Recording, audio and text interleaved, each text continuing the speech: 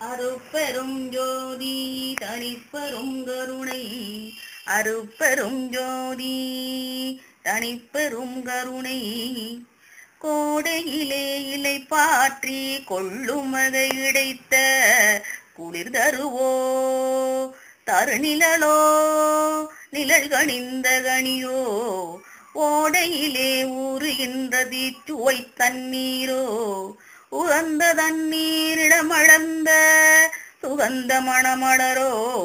மேடையிலே வீசுகின்ற மெல்லிய பூங்காற்றோ மென்காற்றின் விளை சுகமோ சுகத்தில் ஊறும் பயனோ.